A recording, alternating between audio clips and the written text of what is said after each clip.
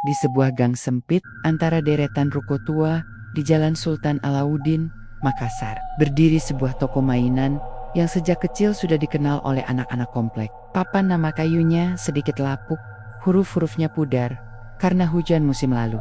Waktu sore menjelang malam, toko itu selalu menarik perhatian. Bukan karena lampu neon yang terang, melainkan karena etalase berisi bon kebon kalawas yang seolah menunggu untuk dikeluarkan dari kotak pemiliknya. Pak Harun, lelaki paruh baya dengan kumis tipis dan suara yang tenang, mewarisi toko itu dari almarhum istrinya. Ia membuka toko sejak pagi sampai malam. Meski pelanggan paling ramai datang selepas jam pulang sekolah, Pak Harun berbicara pelan soal harga dan garansi jahitan boneka, sambil mengusap meja kasir yang sudah berwarna coklat gelap karena disentuh tangan sejak bertahun-tahun. Ia tidak pernah membual, tetapi matanya pernah berkedip lebih lama ketika seseorang menyinggung soal benteng Rotterdam, seperti orang-orang di Makassar masih menyimpan rasa hormat dan takut pada cerita-cerita lama tentang penunggu kota benteng Rotterdam. Bagi penduduk setempat, bukan hanya batu dan tembok. Benteng itu menyimpan legenda, adat, cerita lama, diceritakan dari mulut ke mulut oleh Emma Kemek di pasar. Arwah anak-anak kecil yang hilang di sekitar benteng, yang katanya sekarang berkeliaran pada malam tertentu, mengutuk siapapun yang mengganggu mainan mereka. Anak-anak kecil yang tak pernah tumbuh. Di warung kopi, beberapa orang bilang, kadang terdengar tawa kecil ketika angin lewat-lewat celah tembok benteng. Pak Harun selalu mendengar bisik-bisik itu, tetapi dia tak pernah mau ikut membicarakannya lama-lama. Ia percaya pada hal-hal sederhana, dagangan yang rapi, pelanggan yang puas, nasi kotak untuk makan siang.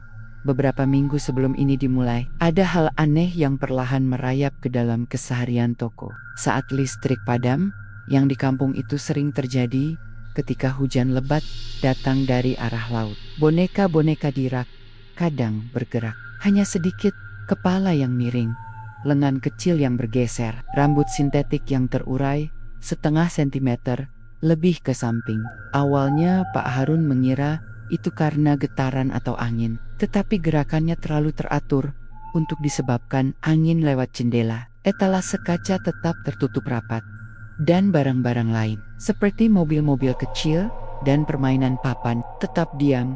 Malam di Makassar itu terasa lengang ketika listrik padam pada jam 8. Hujan turun ringan dan udara membawa bau laut. Lampu jalan di luar berkedip dan toko mainan berpendar redup oleh cahaya kendaraan lewat. Di dalam toko, Pak Harun sedang menulis di buku kas. Tangan kanannya berhenti sejenak ketika mendengar sesuatu seperti suku kata, samar, tawa kecil. Seperti anak yang lagi meniru suara boneka, ia menoleh ke etalase. Di antara boneka-boneka yang tertata rapi, mata boneka beruang coklat menatap ke arah pintu. Kepala boneka itu agak miring, tidak seperti biasanya. Mungkin aku lapar, gumam Pak Harun pada dirinya sendiri. Lalu menutup buku kas dan berjalan ke dapur kecil di belakang toko. Ia menyiapkan kopi sachet. Di rumah, kopi ia minum tanpa gula. Ketika ia kembali, lampu di toko menyala lagi. Ia mengangkat bahu, mengira semuanya hanya ilusi. Keesokan harinya, orang-orang mulai membicarakan tentang toko itu karena sesuatu yang tak biasa.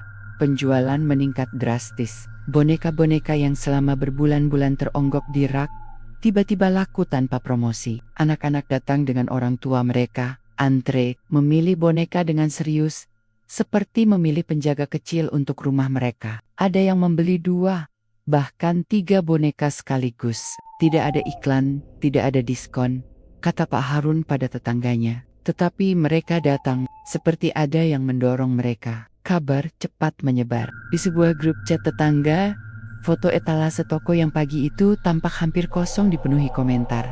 Ada apa dengan toko itu? Kayak ada yang menyuruh orang beli. Seorang emak di pojok pasar berkata sambil meneguk kopi panas. Dengar-dengar anak-anak dari sekitar benteng juga sering mampir. Biar saja, itu rezeki. Tapi, seperti cerita-cerita yang selalu bermula manis, ada celah gelap yang tak terlihat pada pandangan pertama. Anak-anak yang datang tampak kebingungan sesaat setelah membeli boneka. Senyum mereka perlahan pudar digantikan tatapan kosong yang membuat orang tua sedikit cemas. Seorang ibu muda, Nia, membeli boneka beruang untuk putranya, Raffi. Mereka pulang, masuk gang sempit menuju rumah. Malam hari, Raffi mengadu sakit kepala dan takut gelap. Keesokan harinya, Raffi tidak terbangun dari tidurnya. Setidaknya, itulah alasan yang diberi ibu ketika ditanya, kenapa Raffi tidak sadar saat ibunya bangun pagi. Ia ditemukan telah keluar dari selimutnya, tetapi boneka barunya terletak di lantai dekat pintu dengan mata yang kosong menatap ke arah jendela. Raffi tidak ada dalam rumah. Polisi mencari semalaman, memanggil tetangga, menelusuri gang, memeriksa tumpukan sampah, menanyakan ke warung-warung, namun satu jejak pun tidak ditemukan. Kisah itu mulai tersebar, walau tak banyak orang mau percaya. Beberapa menganggapnya cuma drama keluarga, beberapa lagi percaya tahayul, tapi ada dua hal yang tak bisa dibantah.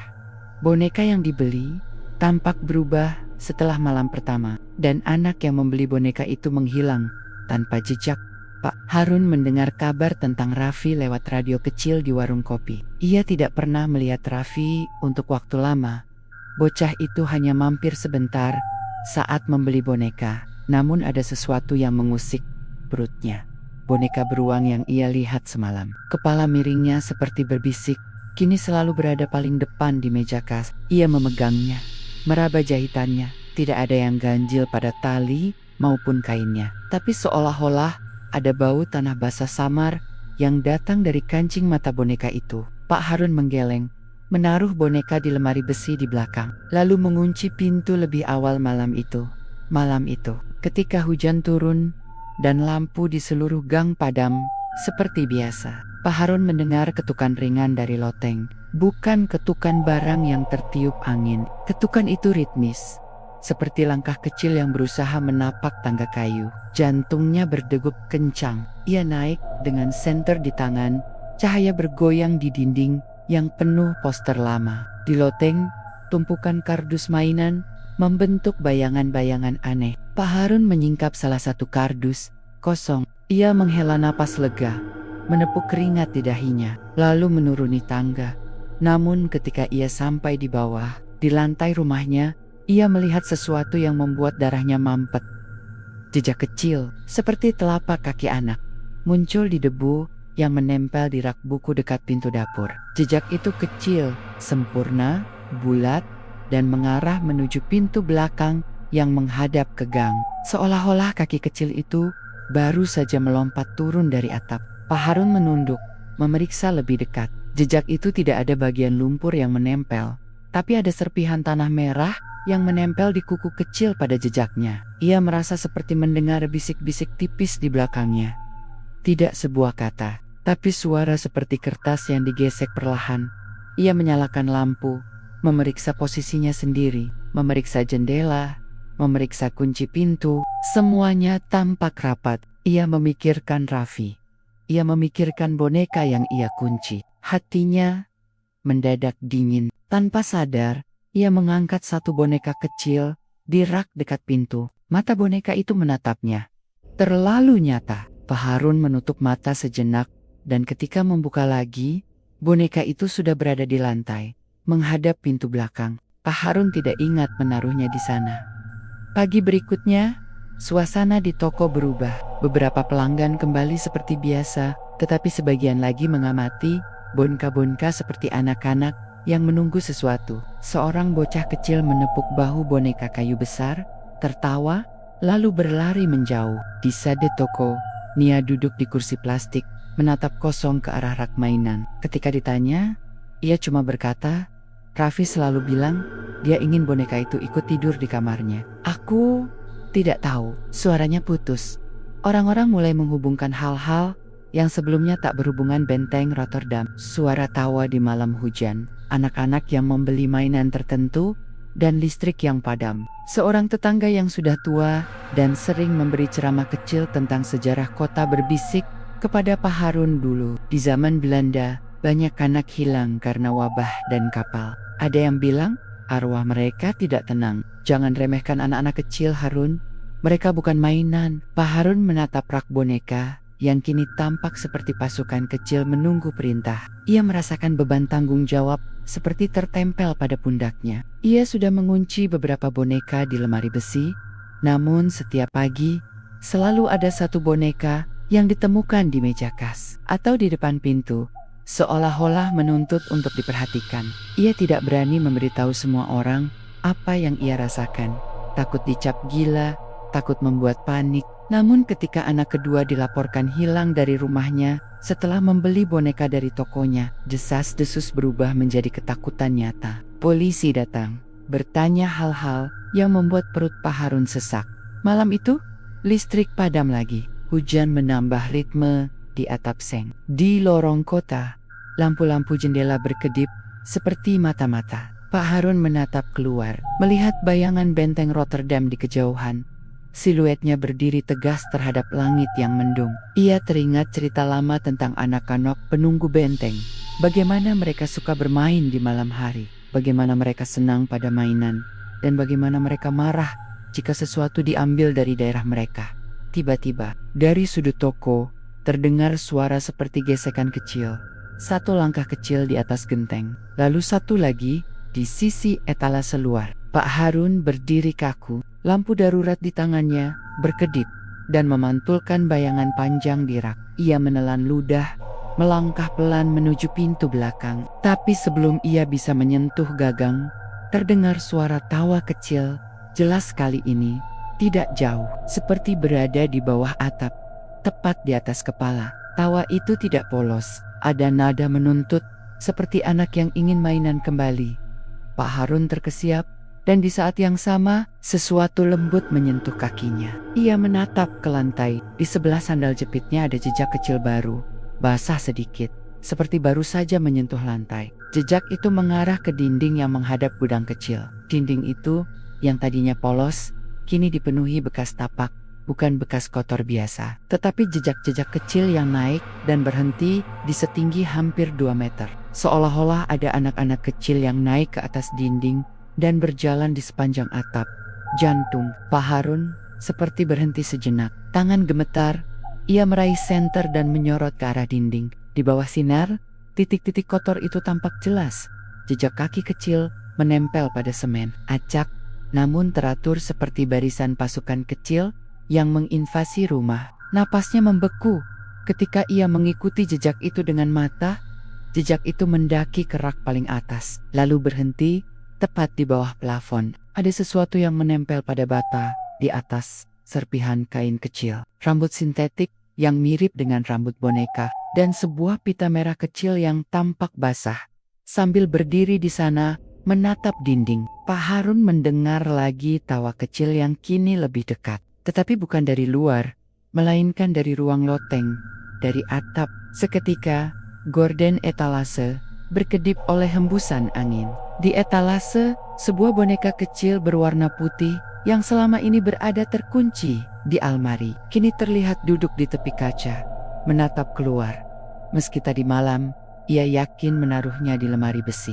Mata boneka itu tampak berkilau dalam cahaya senter. Di belakang kaca, tubuh boneka itu tampak sedikit berporos. Kepala boneka itu mengangguk pelan, seolah-olah menjawab tawa yang memenuhi toko.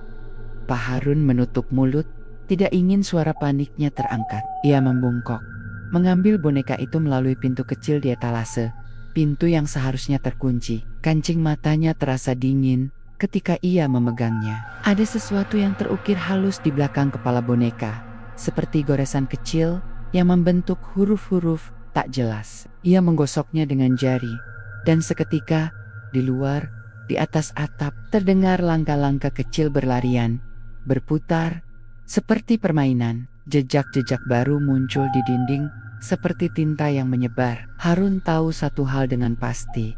Ini bukan sekadar masalah penjualan meningkat. Ini bukan kebetulan. Sesuatu yang kecil namun berulang.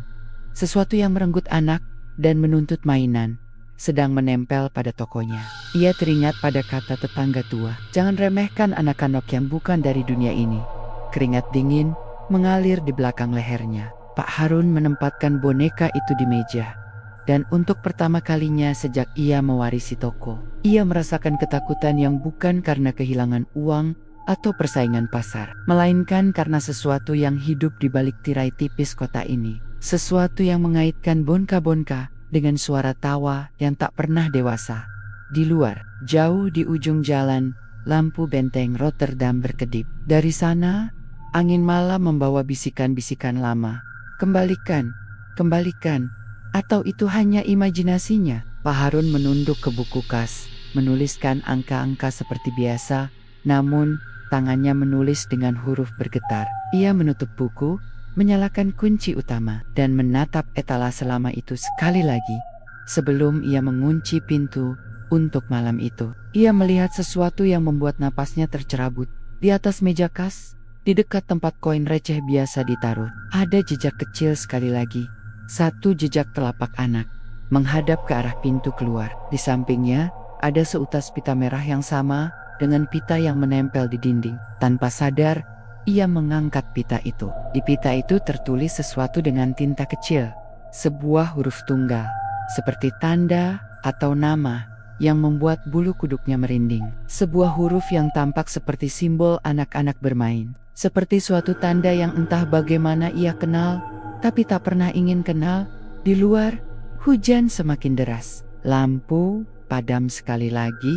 Di kegelapan itu, dari bawah atap tawa kecil bergaung.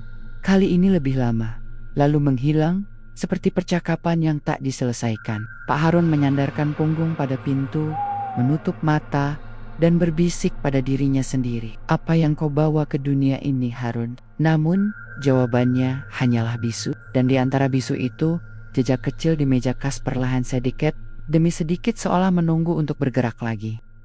Pagi di Makassar biasanya terasa sibuk, penuh suara motor dan teriakan orang yang berjualan di pinggir jalan. Tapi pagi itu, suasana di gang tempat toko mainan berdiri seperti kehilangan warna. Orang-orang bicara pelan, beberapa memilih jalan memutar agar tidak lewat di depan toko. Ada perasaan aneh yang seperti menempel di udara, seolah-olah gang itu menyimpan rahasia yang lebih tua daripada rumah-rumahnya.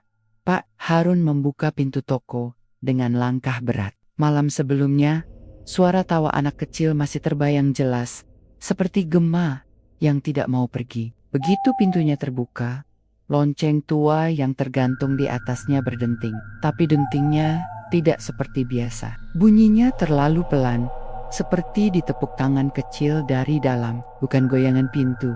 Ia merinding seketika. Rak mainan tampak rapi. Boneka-boneka berdiri dalam posisi yang ia ingat.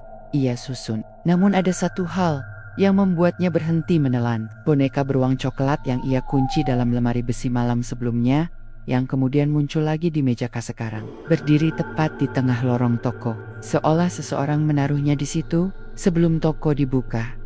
Pak Harun menatap sekitar. Tidak ada tanda-tanda pintu dibobol. Tidak ada kaca pecah. Tidak ada kunci yang rusak. Boneka itu berdiri tegak. Matanya menatap lurus ke arah pintu. Di kedua kakinya, lantai tampak lebih bersih daripada bagian lain. Lalu Pak Harun menyadari sesuatu. Bukan lantai yang bersih, melainkan ada pola jejak kaki kecil kotoran tipis, seperti serpihan. Tanah merah yang berhenti tepat di depan boneka itu. Jejak kaki seolah mengantar boneka tersebut ke posisi itu. Ia menarik napas panjang, mencoba mencari logika. Mungkin tadi malam aku yang naruh dan lupa, gumamnya. Tapi suaranya sendiri terdengar seperti upaya membohongi diri. Belum sempat ia mengangkat boneka itu, pintu toko berbunyi. Seorang lelaki muda masuk, wajahnya tegang. "Pak, maaf mengganggu," katanya. Suaranya terdengar gelisah. "Saya mau nanya soal boneka yang anak saya beli kemarin." Pak Harun langsung merasakan perutnya mengeras. "Ada apa, Nak?" Lelaki muda itu mengusap wajahnya. Napasnya terdengar kacau. "Anak saya, Damar. Sejak beli boneka itu, dia ngomong sendiri di kamar. Malam-malam dia bangun, jalan ke halaman belakang, sambil ketawa kecil. Bukan ketawa biasa, Pak. Kayak ketawa boneka. Lalu, tadi subuh, pintu belakang terbuka. Tapi kami gak dengar apa-apa." Suara lelaki itu pecah. "Tolong, Pak. Bonekanya ada di mobil. Saya mau balikin." Ia berbalik menuju mobilnya dan mengambil boneka itu dari dashboard. Boneka berambut hitam dengan pita merah. Pak Harun mengenal boneka itu. Bukan boneka yang dia pajang di depan, tapi boneka yang dulu dia temukan terjatuh di dekat pintu toko beberapa minggu lalu. Waktu itu ia pikir ada anak meninggalkannya. Boneka itu tampak sama, kecuali satu hal. Di pipi kanan boneka itu ada bekas seperti goresan kuku kecil. Bukan sobekan kain lebih, seperti sesuatu menggaruknya dari dalam. Lelaki muda itu menyerahkannya dengan tangan gemetar. "Tolong, ambil saja Pak. Saya nggak mau lihat boneka itu lagi." Pak Harun menerima boneka itu. Boneka terasa dingin. Lebih dingin daripada udara pagi yang lembab. Ia ingin menaruhnya di rak. Tapi sesuatu dalam dirinya menolak. Ada rasa tidak nyaman yang menjalar di pangkal leher. Tiba-tiba lonceng pintu berdenting keras. Seolah-olah pintu dibanting dengan tenaga. Padahal pintu masih tertutup rapat. Lelaki muda itu tersentak dan tanpa pikir panjang mengucap terima kasih, lalu pergi dengan tergesa-gesa, meninggalkan Pak Harun sendirian di dalam toko. Ketika lelaki itu keluar, Pak Harun melihat satu hal yang membuatnya lutut melemas. Di belakang kursi plastik tempat lelaki itu duduk, ada jejak kaki kecil mengarah ke pintu. Tapi lelaki itu masuk sendirian. Siang hari, toko tetap kedatangan pembeli. Tapi suasananya terasa janggal. Anak-anak yang datang memilih boneka dengan cara yang aneh. Ada yang memegang boneka dan tersenyum lebar tanpa alasan. Ada yang berbicara kecil seolah boneka membalas. Orang tua tidak melihat hal janggal apapun, hanya menganggap anak mereka senang. Pak Harun memperhatikan dari meja kas. Jantungnya berdebar cepat. Ada dua anak perempuan yang tiba-tiba berhenti bergerak di depan etalase. Mata mereka mengarah ke satu boneka putih kecil. Boneka yang semalam berada di etalase. Boneka yang tadi pagi ia pindahkan ke lemari belakang. Tapi sekarang, boneka itu kembali ke posisi semula. Duduk manis seperti tidak pernah dipindahkan. Pak Harun hampir menjatuhkan pulpen anak-anak itu. Tanpa sadar, mulai menjangkau boneka itu bersamaan. Seolah ada dorongan tak terlihat yang membuat mereka ingin memiliki boneka tersebut. Pak Harun buru-buru berdiri dan menghampiri mereka. "Maaf, boneka itu belum dijual, belum saya bersihkan." Anak-anak itu menatapnya bersamaan. Wajah mereka datar, mata mereka kosong. Sesaat sebelum akhirnya mereka mengangguk dan pergi mengikuti orang tua mereka. Saat mereka keluar, Pak Harun kembali mendengar suara yang dulu pernah ia dengar. Suara tawa yang datang dari arah plafon. Pelan, berulang. Seperti suara anak kecil yang bersembunyi.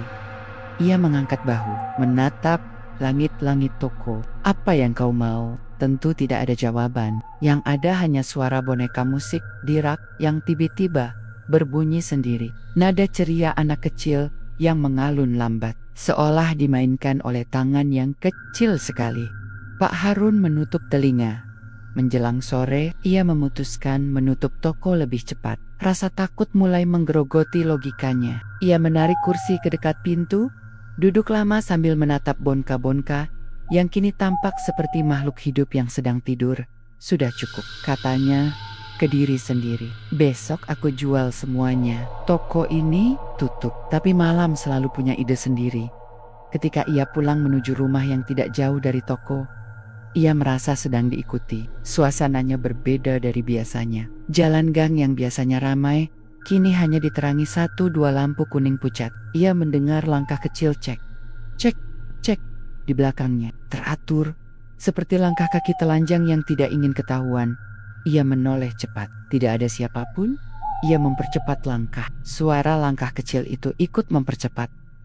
Di tikungan menuju rumah, angin bertiup lebih dingin dari biasanya. Lampu jalan berkedip. Ia menatap ke ujung jalan kosong. Tapi dari sudut matanya, ia melihat sesuatu menempel pelan pada dinding rumah sebelah. Jejak kaki kecil, basah, naik ke atas dinding. Ia melangkah mundur. Nafasnya pendek. Lalu ia melihat sesuatu lagi. Jejak itu muncul pelan, satu demi satu. Seperti ada sesuatu yang sedang berjalan naik sekarang juga. Tapi ia tak melihat wujudnya. Hanya jejaknya yang tertinggal.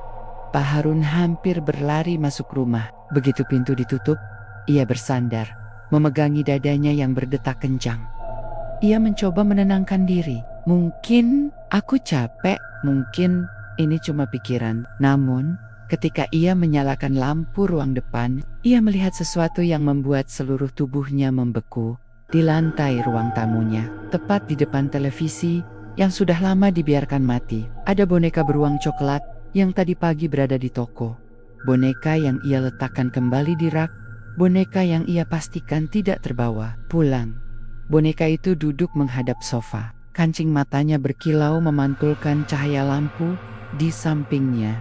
Di lantai ada dua hal, jejak kaki kecil dan pita merah yang sama dengan milik boneka dari anak yang hilang sebelum ia bisa mengambil napas untuk berteriak. Lampu rumah mati total. Dalam gelap, terdengar suara pelan, tepat di belakangnya. Tawa, tawa, anak kecil, tikat, seperti tawa yang menempel di kulit tengkuknya. Dan dari arah dapur, sesuatu berlari kecil. Cek, cek, sepat, tidak terlihat, hanya terdengar. Pak Harun memejamkan mata. Ia tahu, apapun ini, ia tidak lagi sedang menghadapi boneka. Ia sedang menghadapi sesuatu yang mengikuti pulang, sesuatu yang ingin bermain. Dan anak-anak, penunggu benteng Rotterdam, tidak pernah bermain sendirian. Minyak kayu putih masih menempel di kulit Pak Harun ketika ia terbangun pagi itu. Ia tidak ingat bagaimana ia tertidur. Yang ia ingat hanya suara tawa kecil di balik gelap, langkah yang berkeliling ruang tamu, dan boneka beruang yang tiba-tiba berada dekat kakinya sebelum ia kehilangan kesadaran. Semalam, ia tidak bermimpi, atau mungkin ia bermimpi, tapi ingatannya seperti ditutup kabut. Yang tersisa di kepalanya hanya rasa dingin yang menempel sampai tulang, dan ilusi bahwa ada sesuatu memperhatikan tiap kali ia memejamkan mata. Ketika ia bangun, cahaya matahari sudah menembus celah jendela, tapi meski ruangan terang, suasananya tidak berubah. Rumahnya terasa seperti bukan miliknya lagi. Ia duduk perlahan, memegang kepala yang berat. Jantungnya seperti berjalan lambat, tapi otaknya justru kacau. Matanya mencari boneka itu. Boneka beruang coklat masih duduk di tempat yang sama, tepat di tengah ruang tamu, menghadap sofa. Tapi kini ada tambahan baru. Di dada boneka, tepat di bagian tengah, ada bekas sidik jari kecil berwarna coklat kemerahan, tapi tanah merah pekat seperti tanah di area belakang benteng Rotterdam. Jejak kaki kecil yang semalam mengelilinginya juga belum hilang. Mereka menjadi kering, berbentuk jelas, seperti dicetak. Pak Harun menelan ludah, mencoba mengatur napas. Ia tahu, ia harus membuka toko. Tapi ia juga tahu, makin hari, semakin banyak hal yang tidak masuk akal terjadi. Ia menatap boneka beruang itu lagi. "Kalau kau memang bukan barang jualan," gumamnya pelan, "aku harus cari tahu siapa yang bawa kau." Ia memberanikan diri mengambil boneka itu. Tubuh boneka terasa jauh lebih berat daripada semestinya. Berat seperti berisi pasir atau sesuatu yang lebih padat dari itu. Pak Harun dengan refleks mencium bagian kepalanya. Bau tanah basah bercampur bau rumput liar menusuk hidung. Ia memutuskan membawa boneka itu ke toko. Kalau memang sesuatu mengikuti boneka itu, ia ingin itu terjadi di toko, bukan di rumahnya. Saat ia sampai di toko, gang masih sepi, tapi suasananya lebih gelap, seolah awan sengaja menutupi matahari hanya untuk lokasi itu. Ia membuka pintu perlahan. Begitu pintu terbuka, aroma yang aneh menyambutnya. Aroma kapur berus bercampur tanah lembab. Ia menoleh ke rak-rak. Tidak ada yang berubah. Tapi entah kenapa, toko itu terlihat lebih penuh daripada kemarin. Padahal ia merasa tidak menambah stok apapun. Ia menaruh boneka beruang di meja kas. Boneka itu seperti langsung cocok dengan tempatnya, duduk manis, menghadap pintu. Namun kancing mata boneka itu tampak sedikit condong ke kanan, seperti memerhatikan sudut tertentu dari ruangan. Pak Harun menyalakan kipas angin, langsung mati. Mati lagi, kau bercanda, katanya sambil memukul sedikit sisi kipas. Tiba-tiba, ada suara seperti benda kecil jatuh dari rak bagian atas. Pak Harun refleks menengok. Sebuah boneka kayu kecil terjatuh sendiri. Meski tidak ada angin, ia menunduk, mengambil boneka kayu itu, dan ketika ia berdiri rak-rak di belakangnya, bergerak sedikit, seolah ada sesuatu yang berjalan di dalamnya. Sek, cek. Suara langkah kecil. Terburu-buru, ia memegang dada. Apa ini masih soal boneka yang hilang? Atau sesuatu yang lain? Pak Harun memutuskan memeriksa ruang belakang. Ia membuka pintu. Tapi sebelum kakinya melangkah ke dalam, ia mendengar suara lirih dari arah rak utama. Seperti suara anak kecil menyebut sesuatu. Pak, Pak Harun mematung. Suara itu samar, seperti didesiskan dari antara bonka-bonka. Ia mendekat perlahan, napas tertahan. Suara itu terdengar lagi.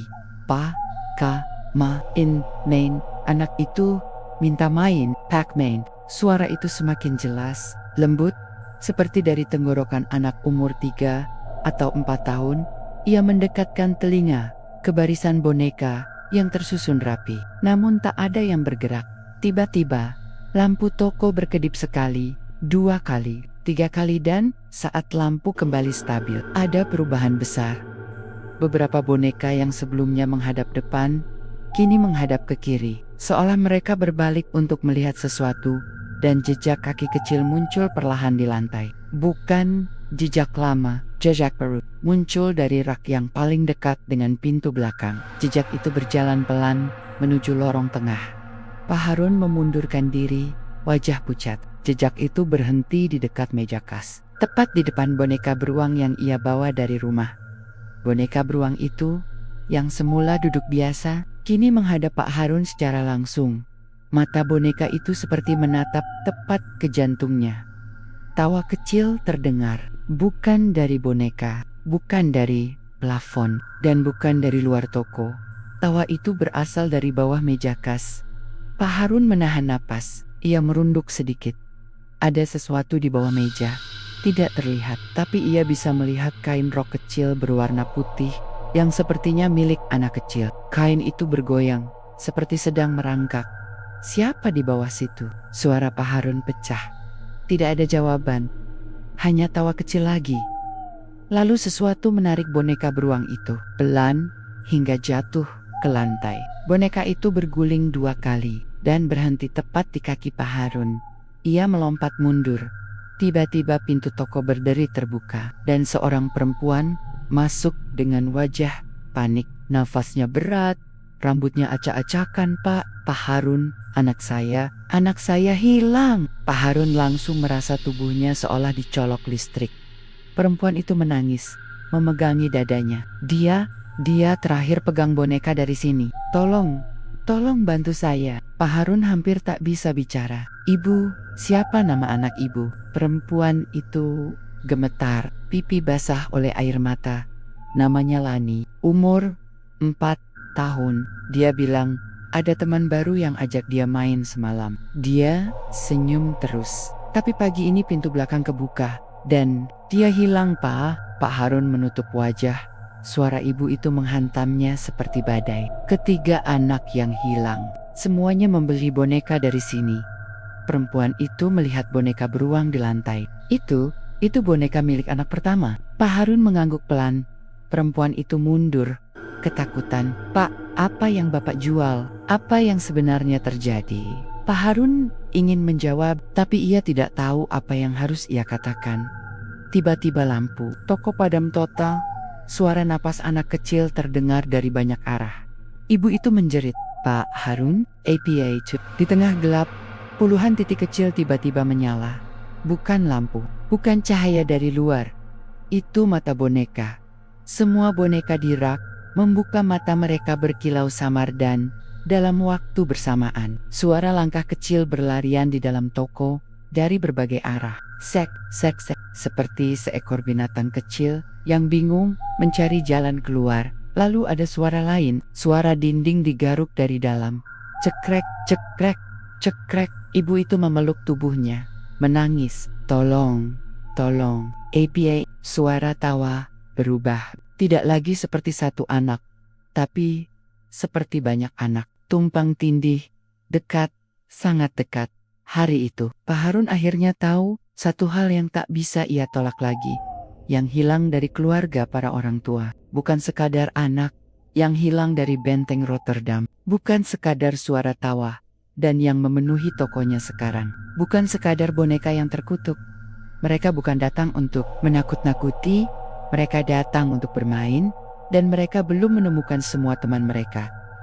Jejak kecil di dalam gelap malam itu, Makassar diguyur hujan yang aneh. Bukan deras, tapi seperti tetesan kecil yang jatuh pelan dan terus-menerus. Seolah langit lagi menangis sambil menahan suara. Angin dari arah Pantai Losari membawa aroma asin bercampur bau tanah basah. Di dalam toko mainan miliknya, Arman mencoba merapikan etalase sambil berusaha mengusir rasa tidak enak di dada yang sejak tadi nempel kayak lempung dingin. Lampu toko berkedip beberapa kali. Biasanya listrik Makassar kuat-kuat saja. Tapi entah kenapa setiap malam belakangan ini, khususnya setelah anak itu datang, lampu lebih sering goyah. Arman menghela napas. Tapi suara helanya sendiri terdengar seperti gema. Padahal ruangan itu kecil. Di sudut kiri toko, ada deretan boneka kain yang baru tiba 2 hari lalu. Semua bentuknya sama. Anak kecil memakai baju putih polos, wajah tenang, mata bulat besar yang seperti dicat sedikit basah. Awalnya Arman merasa boneka ini biasa saja, tapi belakangan ia sadar sesuatu. Setiap kali ia tutup toko, posisi tangan boneka itu berubah. Kadang naik sedikit, kadang seperti sedang melambai kecil. Dan pernah sekali ia lihat salah satu boneka miring ke depan, seperti mau jatuh. Padahal sebelumnya berdiri tegak. Arman mengurungkan niatnya untuk mendekat. Ada detik di mana tubuhnya seperti otomatis menolak. Ia tahu dirinya bukan penakut, tapi boneka-boneka itu memancarkan kehadiran yang bikin tengkuknya naik turun tanpa ia sadar. Saat ia hendak mematikan lampu utama, listrik padam seketika, jalop total. Tidak ada bunyi trafo, tidak ada suara klik dari saklar, pet, hilang begitu saja. Arman memaki pelan sambil merogoh senter di meja kasir. Hujan di luar terdengar makin rapat ke kaca, tapi anehnya, tidak ada suara kendaraan sama sekali. Jalan utama di depan tokonya biasanya ramai, meski malam. Tapi kali ini hening, seperti dunia di luar mati bareng lampu tokonya. Begitu senter menyala, Arman langsung menyorot kerak boneka. Dan itu bikin detak jantungnya salah tempo. Salah satu boneka yang tadi sore ia letakkan di rak paling atas, sekarang sudah berada di bawah, berdiri di lantai, tegak, lurus, menghadap ke arahnya. Mata bonekanya memantulkan cahaya senter seolah hidup. Arman mundur tanpa sadar, bahu kirinya tersenggol sesuatu. Saat ia menoleh, ia melihat boneka lain sudah berada tepat di sampingnya. Padahal ia yakin, tadi semua boneka berada di rak, dan belum ada yang jatuh. Sial, ini kenapa lagi? Gumamnya, nyaris tanpa suara. Tapi suaranya dijawab. Dari arah belakang etalase, terdengar ketukan kecil, tipis, berulang. Tok, tok, tok. Bukan suara manusia mengetuk kaca. Ini lebih ring, seperti kuku kecil anak yang mengetuk dinding. Arman menahan napas. Senter di tangannya bergetar sedikit. Ketukannya berpindah dari kiri, lalu kanan, lalu belakang, lalu seperti di atas. Tok, tok, tok. Perlahan ketukan itu berubah menjadi gesekan, seperti jejak kaki kecil yang berjalan di dinding. Suaranya jelas, tap, tap, tap, tapi datangnya dari atas langit-langit. Langkahnya kecil dan cepat, seperti anak berlari sambil menahan tawa. Arman beranikan diri menyorot ke langit-langit, kosong, gelap. Tapi langkah itu tidak berhenti, malah seperti sesuatu merayap dari langit-langit ke arah tembok, lalu turun ke etalase. Senter Arman menangkap sesuatu di permukaan kaca, bekas telapak kecil, basah, meninggalkan jejak tipis seperti embun. Tapi pola jarinya rapi, seperti milik anak hidup. Hatinya mencelos, apalagi ketika jejak itu muncul lagi, lebih banyak, bergerak pelan, ke arah rak boneka. Boneka-boneka itu mulai bergerak sedikit, bukan melompat, hanya goyang. Sebentar, seolah ada angin, padahal udara diam. Kemudian terdengar suara lain. Kali ini dari dekat pintu masuk. Suara menahan tawa, hihi. Suara itu bukan tawa manusia dewasa, bukan tawa malaikat. Lebih seperti tawa anak kecil yang sedang sembunyi dan mengintip dari balik rak. Arman tersentak, mundur sampai punggungnya terbentur meja kasir. Senter diarahkan ke pintu. Tidak ada siapa-siapa, tapi dia tahu suara itu nyata dan datang dari dalam toko, bukan dari luar. Arman panik, meraba-raba saklar listrik lagi, berharap lampu hidup. Saat jarinya menyentuh saklar, seluruh ruangan tersiram cahaya. Listrik kembali. Cahaya membuat toko terlihat normal. Tidak ada boneka di lantai. Tidak ada jejak kaki di tembok. Semua kembali seperti semula. Seperti tidak ada apa-apa. Kecuali satu hal, di balik kaca penyimpanan kasir, tepat di bawah meja, ada tulisan kecil, seperti ditulis dengan jari basah. Tulisan itu pelan-pelan mengering.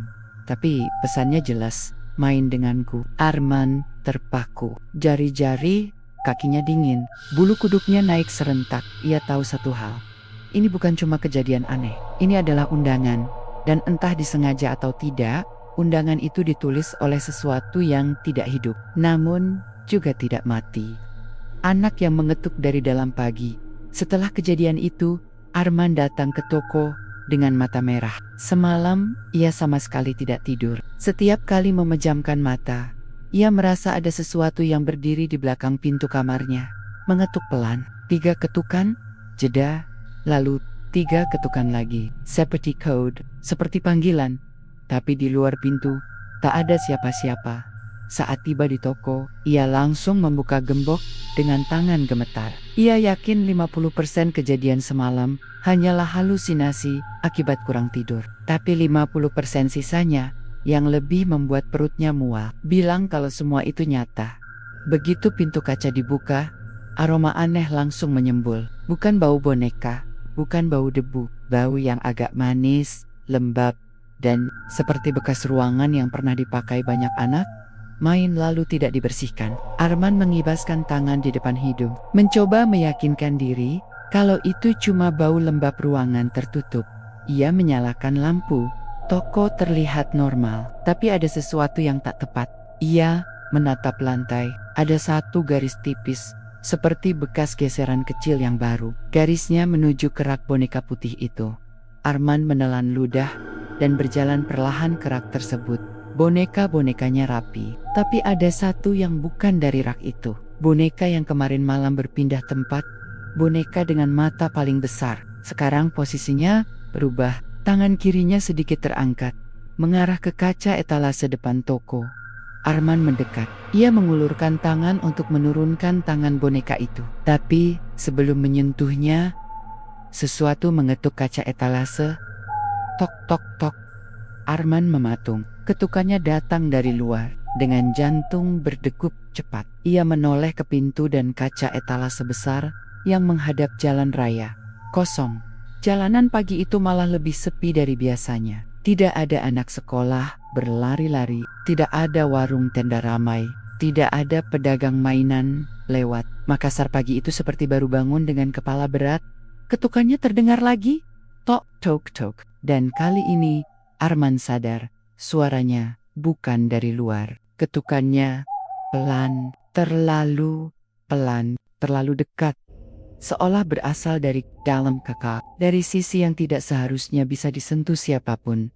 Ia mendekat perlahan, menunduk untuk memastikan, benar, dari arah dalam kaca, tepat setinggi bahu anak kecil, muncul bekas tapak tangan mungil. Bekasnya tipis seperti embun yang ditekan oleh jari. Bekasnya membentuk 5 jari kecil yang jelas, lalu menghilang perlahan seperti asap. Arman mundur. Hampir tersandung meja kasir. Otaknya berputar cepat, tapi tubuhnya membeku. Ia coba menelan napas dan mencari logika, tapi satu-satunya hal yang masuk akal justru lebih gila dari halusinasi. Ada sesuatu yang berada di balik kaca, di tempat yang tidak nyata, dan itu mencoba keluar. Sambil menahan napas, Arman merogoh saku celananya untuk mengambil kunci kecil laci bawah meja kasir. Ia berniat membuka laci itu untuk mengambil jimat peninggalan almarhum bapaknya yang dulu dibawa dari seorang sandro di daerah Somba Opu. Ia tidak percaya hal mistis, tapi hari ini ia tidak punya pilihan lain. Namun sebelum ia sempat membuka laci, pintu toko berdering. Bel berbunyi nyaring, tanda ada pelanggan masuk. Arman tersentak. Di ambang pintu, berdiri seorang perempuan berusia sekitar 30-an. Wajahnya pucat seperti kurang tidur berminggu-minggu. Rambutnya kusut, matanya sembab, dan gerakannya gelisah, seperti tidak tahu harus memulai dari mana. Mas Arman. Suaranya serak. Arman mengangguk pelan. "Ya bu, ada perlu?" Wanita itu menatap rak boneka. Tangannya bergetar. "Anak saya hilang sejak 2 hari lalu," katanya. Suaranya pecah. "Dia terakhir kali main dengan boneka yang dibeli dari sini." Arman menegang. Ada hawa dingin merayap dari tulang belakangnya ke tengkuk. "Bu, maksudnya hilang bagaimana?" Perempuan itu meremas tasnya. Dia bilang, "Bonekanya ngajak main," kata dia. "Ayo ikut kak." Saya pikir cuma anggonanggen anak kecil. Tapi malam itu saya dengar suara langkah kecil di dinding rumah. Saya kira kucing, lalu saya dengar ketukan door. Saya buka pintu lemari dan bonekanya hilang. Arman menutup mulut, tubuhnya menolak kata-kata itu, tapi otaknya menghubungkannya dengan kejadian semalam. Wanita itu menatap langsung ke matanya. "Mas," suaranya pelan tapi tajam. "Saya, boneka itu bukan boneka biasa. Ada yang ikut dengan barang ini, bukan?" Arman ingin menyangkal, ingin bilang kalau tidak ada yang aneh. Tapi sebelum ia bisa menjawab, seluruh rak boneka itu bergetar pelan. Tidak sampai jatuh, hanya getaran kecil yang seperti merambat dari dinding ke rak. Wanita itu mundur, menutup mulutnya dengan kedua tangan. Matanya membesar seperti melihat hantu. Kemudian hal yang tidak pernah Arman inginkan terjadi tepat di depan matanya. Dari belakang boneka paling tengah, muncul sesuatu yang bergerak cepat. Arman kira itu tikus, tapi lengannya kecil, seukuran lengan bayi. Lengan itu merayap keluar dari celah rak, seperti sedang meraba udara. Lengan kecil itu menekan permukaan rak. Jemarinya tipis, kukunya bersih, gerakannya lembut tapi mengerikan. Wanita itu menjerit begitu keras sampai suara pecah. Arman terpaku. Lengan itu memegang boneka kecil di rak dan mulai menariknya perlahan ke dalam celah gelap di belakang rak. Seolah ada ruangan lain di balik dinding, ruangan yang tidak boleh ada. Lengan itu berhasil menarik boneka itu masuk, kemudian hilang total, tidak meninggalkan bekas. Selain suara gesekan kecil yang memanjang sampai mereda, Arman dan wanita itu berdiri dalam diam panjang. Nafas mereka soma-soma kacau. Setelah beberapa detik, wanita itu berbisik tanpa sadar, "Itu tangan anak saya. Saya kenal bentuk jemarinya." Arman tersentak keras. Wanita itu meraung, tubuhnya jatuh bersimpuh, menangis seperti seseorang yang patah di tengah dunia. Dan saat itulah, suara lain terdengar dari belakang rak, suara yang tidak seharusnya terdengar. Suara anak kecil, memanggil, "Bu, Isa." Wanita itu berhenti menangis. Ia mendongak perlahan wajahnya kaku, matanya membelalak. Sementara Arman hanya bisa berdiri dengan jantung seperti ingin pecah. Karena suara itu bukan berasal dari luar. Suara itu datang dari balik dinding. Dan dinding itu tidak boleh berbicara. Lorong yang tidak pernah ada teriakan wanita itu masih menggema di telinga Arman. Bahkan setelah ia berhenti menangis, ia kini terduduk di sudut toko. Tubuhnya gemetar, wajahnya basah air mata dan keringat dingin. Arman ingin menenangkannya, tapi suaranya sendiri hilang. Tenggorokannya kering seolah dicekik dari dalam. Rak tempat suara anak kecil itu muncul kini tampak biasa-biasa saja. Boneka-boneka berjejer seperti patung polos, padahal barusan satu dari mereka ditarik oleh lengan asing yang berasal dari tempat yang tidak masuk akal. Arman menahan napas, mencoba berpikir jernih, tapi pikirannya terus melompat pada sesuatu yang dulu pernah ia dengar, sesuatu yang harusnya cuma dongeng, tentang anak-anak penunggu benteng Rotterdam, tentang arwah kecil yang tidak pernah berpulang, tentang teman bermain yang suka mengikuti manusia pulang.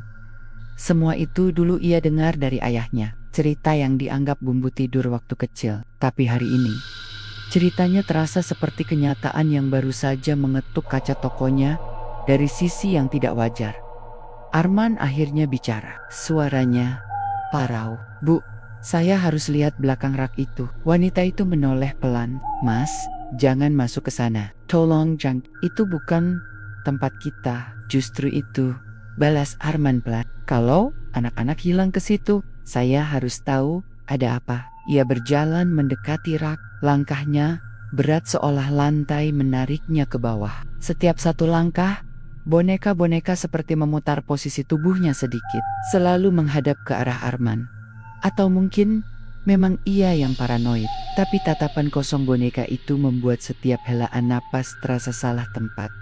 Arman menempelkan tangannya ke dinding di belakang rak. Dulu ia yakin dinding ini padat, tembok beton biasa, tapi sekarang permukaannya dingin, terlalu dingin, seperti menyentuh batu kuburan yang basah selepas hujan. Ia ketuk pelan, tok, tok, tok. Wanita itu menjerit lagi. Mas, jangan! Tok, ketukan balasan terdengar dari balik dinding. Balasannya bukan suara dari benda mati. Ketukan itu ringan, kecil, seperti anak yang sedang berusaha memberitahu, aku di sini. Arman mundur setengah langkah, kulitnya merinding sampai ke pipi. Di balik dinding ini, Eidel, wanita itu menggeleng cepat. Tidak ada mas, toko ini sudah saya lihat denahnya waktu renovasi. Di balik dinding itu, cuma tembok tua, tidak ada ruangan. Arman menatapnya tajam, tapi anak ibu ada di sana. Wanita itu membisu. Air matanya jatuh lagi. Arman menekan bagian bawah rak, menggeser pelan. Ternyata rak itu bisa bergeser. Siap, ia yakin tidak pernah memasang rak model geser. Tapi sekarang dengan sedikit tenaga, rak itu bergerak ke samping, mengeluarkan suara berdecit pelan, seperti membuka lemari tua. Dan di balik rak itu, ada pintu kecil. Pintu yang tingginya cuma sepinggang Arman, pintu kayu usang, warnanya gelap, seperti kayu yang terendam laut terlalu lama. Di tengahnya, ada ukiran tangan kecil berjejer, seperti bekas jari yang menekan kayu berkali-kali, sampai membentuk pola di sela pintu. Keluar hembusan angin dingin, yang aromanya seperti ruangan lembab, milik bangunan tua. Angin itu membawa bisikan kecil yang samar, seperti anak yang sedang menggumam lagu tanpa kata. Wanita itu langsung memeluk dirinya sendiri, gemetar. Mas, itu bukan pintu yang manusia buat. Arman ingin percaya bahwa semuanya cuma trik halusinasi, tapi pintu itu ada di depan matanya, nyata. Dan entah kenapa, ia merasa pintu itu menunggu dibuka. Tiba-tiba suara kecil datang lagi. Kali ini jelas, Mas, isi hati saya. Suaranya tepat di telinga Arman. Padahal tidak ada siapa-siapa di sebelahnya. Arman melonjak mundur, napasnya kacau. Astaga, apa itu? Wanita itu mulai menutup telinganya, menangis tanpa suara. Pintu kecil itu perlahan bergetar, seperti ada yang mendorongnya dari dalam. Perlahan celahnya membesar sedikit, kemudian sesuatu muncul. Bukan lengan seperti sebelumnya. Kali ini, wajah kecil. Wajah anak laki-laki berumur sekitar 7 tahun. Wajahnya pucat, matanya kosong, seperti melihat tanpa benar-benar melihat. Dari bawah mata hingga dagu terdapat garis tipis gelap, seperti bekas air laut yang mengering. Rambutnya basah, seolah baru keluar dari tempat yang tidak memiliki matahari. Wajah itu menempel pada celah pintu dan berkata dengan suara lembut, terlalu lembut untuk anak hidup. Main denganku mas, di dalam banyak teman. Arman kaku, tidak bisa bergerak. Anak itu perlahan mengulurkan tangan kecilnya. Jemarinya dingin dan biru keabu-abuan, bergerak pelan seperti sedang meraih tangan Arman. Wanita itu berteriak, "Jangan sentuh dia, Mas!" Tapi sesuatu lebih mengerikan terjadi sebelum Arman sempat mundur. Tangan kecil itu berhenti di udara. Wajah anak itu tersenyum samar, dan dari gelap di belakangnya mangkil tengen-tengen kecil lain. Belasan, mungkin puluhan. Semua mengarah keluar, meraba udara, menggapai. Suara anak-anak saling bersahutan, tumpang tindih, seperti kor suara kecil yang berasal dari dunia gelap. Main, Ayo, Aisyah, Mas, di sini ramai. Jangan pergi. Arman jatuh, terduduk. Nafasnya seperti dicabik dari dalam. Ia merasa seluruh tokonya berubah jadi sarang makhluk kecil yang tidak seharusnya ada. Wanita itu menatap pintu itu sambil terseduh keras. Itu suara anak-anak yang hilang. Mereka semua di balik dinding itu. Tangan-tangan kecil itu mulai keluar lebih jauh, meraih lantai, seperti hendak menarik sesuatu keluar atau menarik seseorang masuk. Pintu bergeser sedikit. Bunyi engselnya panjang dan nyaring. Dan dari balik kegelapan terdengar suara lain. Lebih bukan suara anak, seperti seorang dewasa yang berbisik dari tempat sangat jauh. Janji harus ditepati. Arman terhuyung. Kata janji itu menusuk otaknya tanpa ia tahu kenapa. Tubuhnya tiba-tiba ingat sesuatu yang pernah ia lupakan. Satu nama, satu perjanjian kecil, satu ritual yang dulu pernah ia lakukan tanpa benar-benar sadar konsekuensinya. Wanita itu menatapnya ketakutan. Mas, apa yang Mas sembunyikan? Arman tidak menjawab. Matanya tertuju pada pintu kecil itu. Dan untuk pertama kalinya, ia sadar arwah anak-anak itu bukan sekadar menghuni toko. Mereka datang memanggilnya, karena ia yang memanggil mereka dulu. Janji yang tidak pernah pergi udara di dalam toko, berubah seperti udara ruang bawah tanah. Dingin, basah, dan berat. Tapi bukan itu yang membuat Arman sulit bernapas. Yang membuat dadanya sesak adalah kenyataan bahwa suara itu, suara dewasa, dari balik pintu kecil itu, terasa familiar. Seperti suara seseorang yang pernah ia dengar bertahun lalu. Seseorang yang pernah memberi syarat dengan senyum samar. Seseorang yang berkata, kemakmuran selalu punya harga. Wanita yang anaknya hilang masih meringkuk di sudut toko. Terisak tak berdaya, tapi ia tetap menatap pintu kecil itu, seolah masih berharap suara anaknya muncul dan berkata, Bu, saya pulang. Tapi suara itu tak datang. Yang keluar hanya bisikan-bisikan yang makin lama makin jelas. Suara anak-anak bergema seperti berasal dari terowongan panjang. Di sini gelap. Jangan tutup pintunya. Mas Arman, temani. Arman menutup telinganya. Cukup. Diam! Pintu kecil itu bergetar. Engselnya mengerang, membuka lebih lebar. Dan dari celah gelap itu, mata-mata kecil mulai bermunculan satu persatu. Mata anak-anak yang menatap langsung ke arah Arman. Pandangan mereka kosong. Tapi bukan kosong seperti tidak sadar, kosong seperti menunggu sesuatu yang sudah lama dijanjikan. Arman tersandar ke dinding. Aku tidak berniat begini. Suaranya hampir tidak terdengar. Wanita itu mendongak. Mas, apa maksudnya? Arman menutup wajahnya. Gemetar.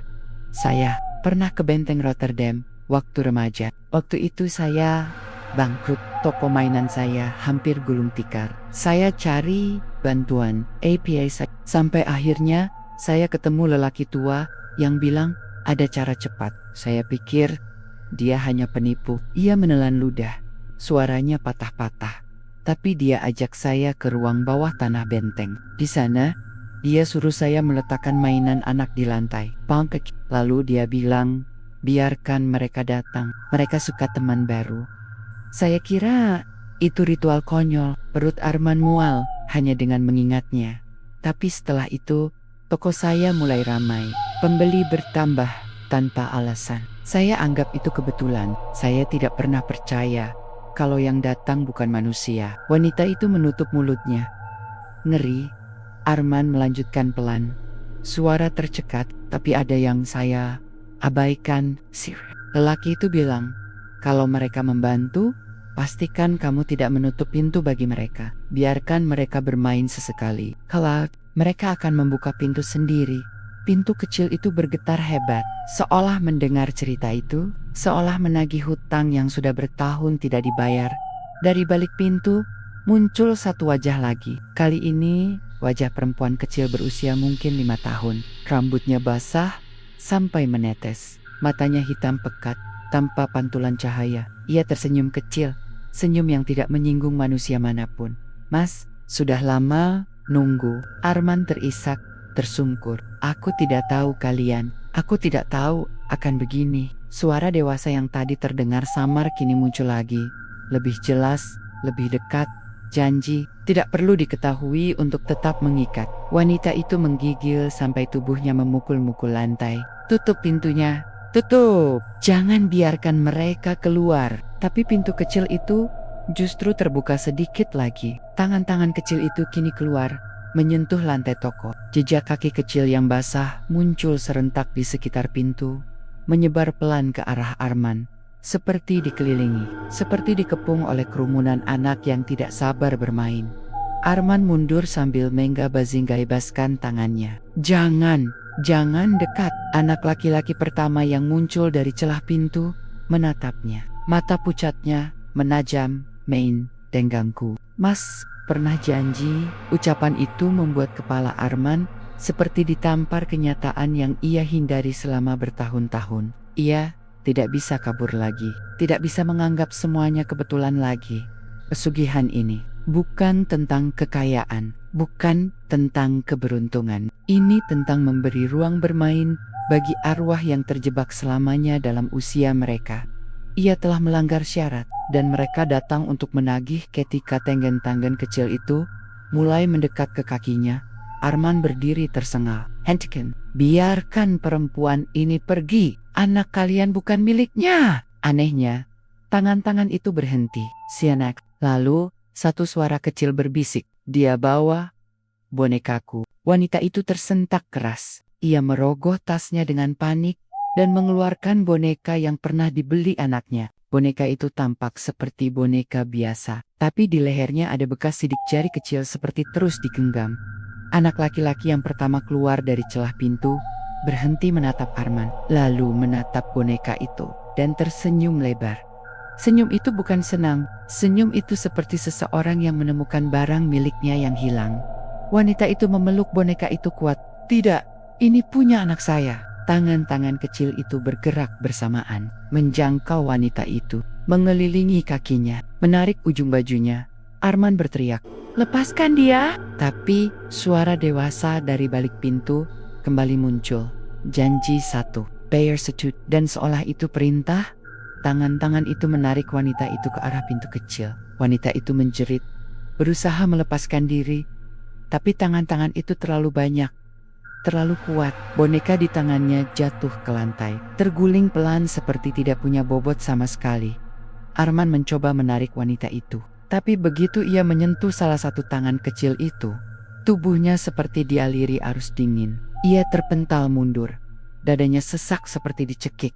Wanita itu menjerit sepanjang ia ditarik menuju celah pintu. "Mas Arman, tolong saya." Pintu itu terbuka sedikit lebih besar, cukup untuk tubuh orang dewasa dipaksa masuk. Dari dalam hanya gelap yang tidak punya ujung. Dalam hitungan detik, wanita itu hilang ke dalam kegelapan. Pintu itu menutup perlahan, mengeluarkan suara gesekan kayu yang panjang, sampai akhirnya kembali rapat. Sunyi. Arman terjatuh, napasnya tak beraturan, tangannya menutup wajahnya, tubuhnya gemetar, seperti tertampar badai. Boneka di lantai perlahan, berdiri sendiri, menghadap Arman, lalu jatuh ke sisi kiri, seperti membungkuk kecil. Suaranya terdengar di telinganya, meski boneka itu tak bergerak. "Sekarang giliran Mas." Rak boneka bergetar, lampu toko meredup. Ketukan kecil muncul dari semua arah, dari dinding, dari langit-langit. Jejak kaki kecil bermunculan perlahan di dinding toko, bergerak naik dan turun, seakan puluhan anak berlarian di permukaannya. Arman mendongak, wajahnya pucat. Toko mainannya, yang dulunya tempat mencari rezeki, kini berubah jadi mulut kecil yang lapar. Dan Arman tahu, pintu kecil itu akan buka lagi, bukan untuk anak lain, tapi untuk Nia. Suara terakhir yang ia dengar malam itu adalah bisikan puluhan suara kecil yang bersatu, main di dalam selamanya. Keesokan harinya, warga menemukan toko itu dalam keadaan terbuka. Lampu menyala, barang-barang masih rapi, tapi tidak ada Arman. Yang mereka temukan hanyalah jejak-jejak kaki kecil menempel di dinding sampai ke atap, seperti puluhan anak merayap mencari jalan keluar, lalu menghilang. Dan pintu kecil di balik rak itu tidak ditemukan apapun, hanya dinding rata tanpa celah, seolah pintu itu tidak pernah ada. Tapi bau lembab ruangan gelap masih tersisa. Don Dilanti, sebuah boneka kecil, berdiri menghadap pintu toko, seolah menunggu pengunjung baru. Toko itu ditutup selamanya. Tapi kadang, malam-malam tertentu, warga sekitar mengaku mendengar suara ketukan kecil dari dalam, seperti anak-anak yang belum Selesai bermain,